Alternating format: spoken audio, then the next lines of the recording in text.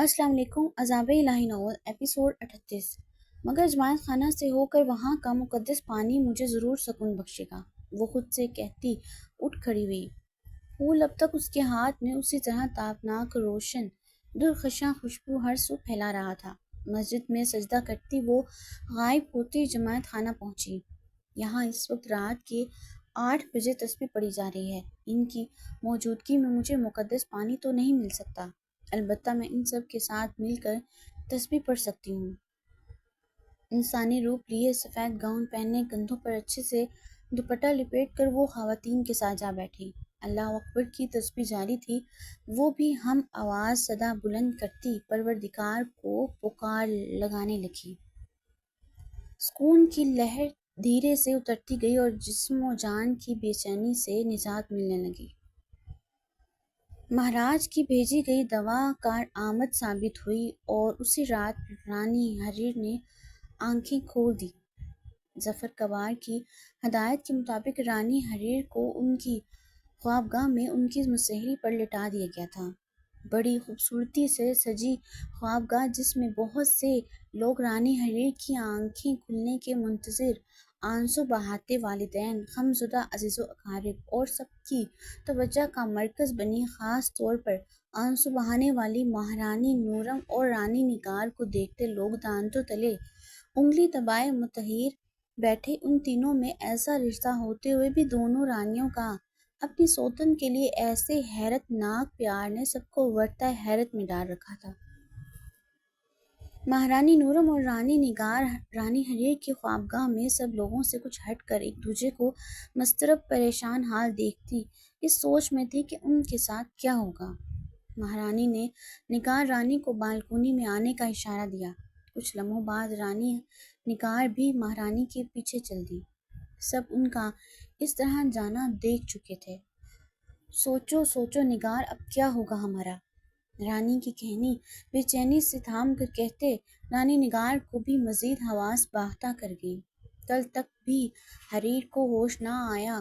نگار تو ہر گزرتا دن یہاں موجود، سب پہلے پہل تو ہماری عدم موجودگی میں اور بعد ازاں یہ سب ہمارا جینا محال کر دیں گے اور یقیناً آگے پیچھے سبھی ہمارے در پہ ہو جائیں گی۔ ہاں، اور یہی کہا جائے گا اس وقت ہمارا رونا صرف اور صرف خود کے باعث تھا، نہ کہ رانی حریر کی فکر و پریشانی میں۔ بالکل سچ کہہ رہی ہو نگار، اب سوچنا یہ ہے کہ ہمارا کیا ہوگا۔ مہارانی نورم، میں بہت حیرانگی کا شکار ہوں۔ رانی حریر کی آنکھوں کے شیدائی مہاراج رانی کو دیکھنے تک نہیں آئے، وہی کچھ حل نکال سکتے تھے، اور نکاح کرتے وقت آپ سے اجازت لینا تو دور، بتانا بھی ضروری نہیں سمجھا۔ انجانے میں رانی نگار مہارانی کی دکھتی رگ چھیڑ بیٹھی۔ مہارانی نورم نے پہلو بدلا اور نظریں چراتے خود کو صبر کرنے کی تلقین کی۔ یہ بے وقوف نگار اب میرے وقار پر چوٹ کرنے لگی، بنا سوچے سمجھے بولنے کی عادت جائے گی نہیں اس کی۔ مہارانی ضبط سے کام لے رہی تھی۔ مہارانی کی سوچ سے بے خبر رانی اب تک وہی بول رہی تھی۔ مہاراج ہر وقت رانی حریر کی تعریفوں کے پل باندھا کرتے اور آج ان کو دیکھنے تک نہیں آئے۔ مقام حیرت ہے یہ، جب ہر وقت ہمیں جلایا کرتے تھے، آپ کو بھی نہیں چھوڑا۔ رانی حریر کا ذکر کر کے دل جلانے سے وہ سر جھٹکتی حیران بول رہی تھی۔ نگار، یہ کیا بول رہی ہو تم؟ کچھ بھی بولے جا رہی ہو، کیا میں نے کچھ غلط بولا ہے؟ رانی اپنی کہی ہوئی باتیں سوچتے حیران ہوئی۔